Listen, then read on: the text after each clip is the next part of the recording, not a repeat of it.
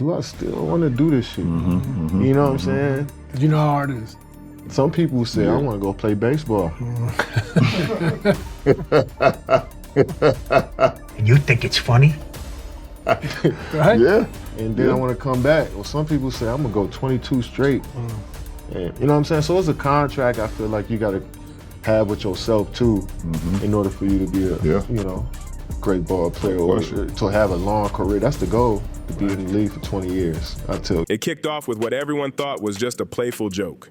Kevin Durant cracked a laugh about Michael Jordan stepping away from hoops to try baseball, and LeBron joined in like it was the funniest thing ever. But that little moment, it set off a wave nobody saw coming. NBA legends didn't just shrug it off, nah, they clapped back with real heat. And leading the charge was Charles Barkley, who finally snapped. In a league where players live off subtle shade and sly comments, Chuck skipped all that and went straight for the neck on national TV with zero hesitation. And here's where things flipped. Barkley wasn't the only one fed up. What came next showed there's a real shift happening, a warning sign for today's stars who keep trying to rewrite the league's story like nobody's watching.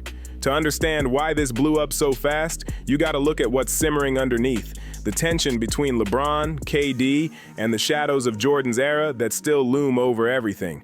Because right now, those legends aren't just being compared, they're being attacked, and the old guard isn't letting it slide anymore. Sport with the NBA is where's Kevin Durant and his legacy? Is he being tarnished? Where are you at with him? You mentioned your top 7 guys. Where are you at with what's happened recently with Durant, with the Suns, and of course with Brooklyn? Yeah, you know, Kevin's a great player. I think that his legacy is complicated. You know, I don't like any guys who join super teams. I'm biased against LeBron when it comes to comparing him to Michael, joining Dwayne and those guys. Because, you know, when we have this debate, and LeBron's amazing and spectacular, but I was like, Michael didn't join anybody. He just kept getting his ass kicked and got bigger and got stronger and finally knocked the wall down. And, you know, Kevin, who's a great player, you know, other than the fact when he joined the Warriors, he hasn't been successful anywhere else. And I don't hold that against him, but he wants to be considered in that list. He's not on that list. He's not on that list. He's a great, great player, but he's not on that list. He wants to be like, wow, he's not in a good conversation, because you're not, plain and simple. Damn.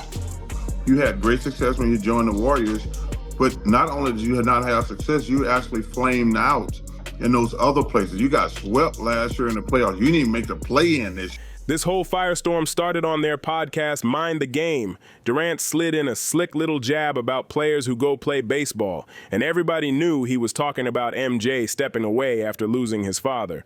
It wasn't just unnecessary, it came off disrespectful. And LeBron, he was right there laughing like it was peak comedy. No empathy, no awareness, just ego-driven banter, like history didn't matter at all. But that moment wasn't random, it felt intentional. It lines up with this pattern where some of today's stars try to make the legends from back in the day look old, irrelevant, or overrated. I was in the league. I thought you were about to say some shit about the 90s. Only one of us was in the league. Down with the 90s. That team, that 90s bled into the early 2000s. And LeBron has been quietly pushing that narrative for years. Remember when he dropped that line, "We done with the 90s"? Wild moment. And hey, if you're into deep breakdowns like this, don't forget to hit that subscribe button. That line LeBron dropped didn't seem wild at first, but it was packed with meaning. It was his way of brushing off the era that actually defined greatness, trying to twist the whole conversation so the GOAT talk leans toward him instead of standing on what he's really done.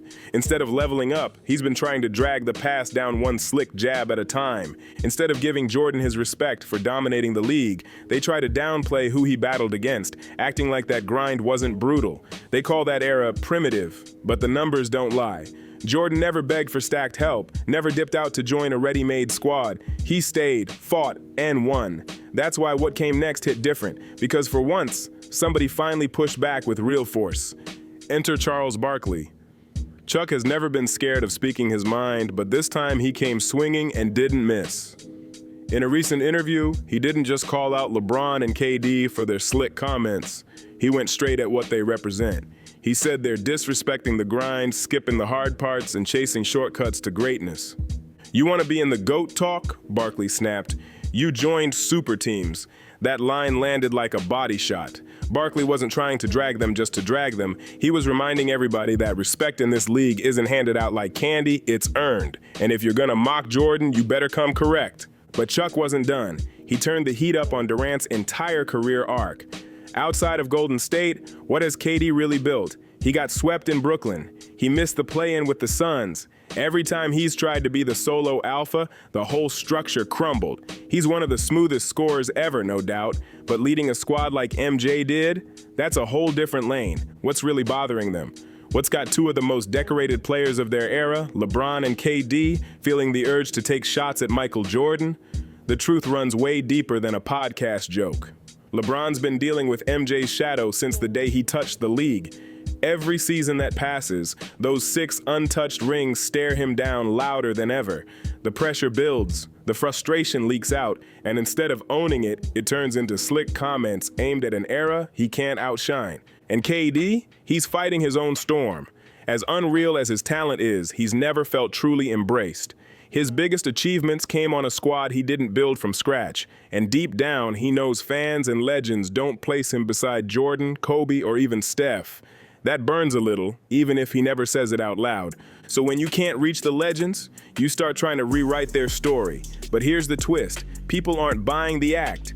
Barkley saw the pattern forming a mile away and dropped a warning shot. He said the backlash is coming, and honestly, he's not wrong. The irony is wild. LeBron and KD are trying to chip at the past, but they're creating the same cycle that's gonna swallow them later.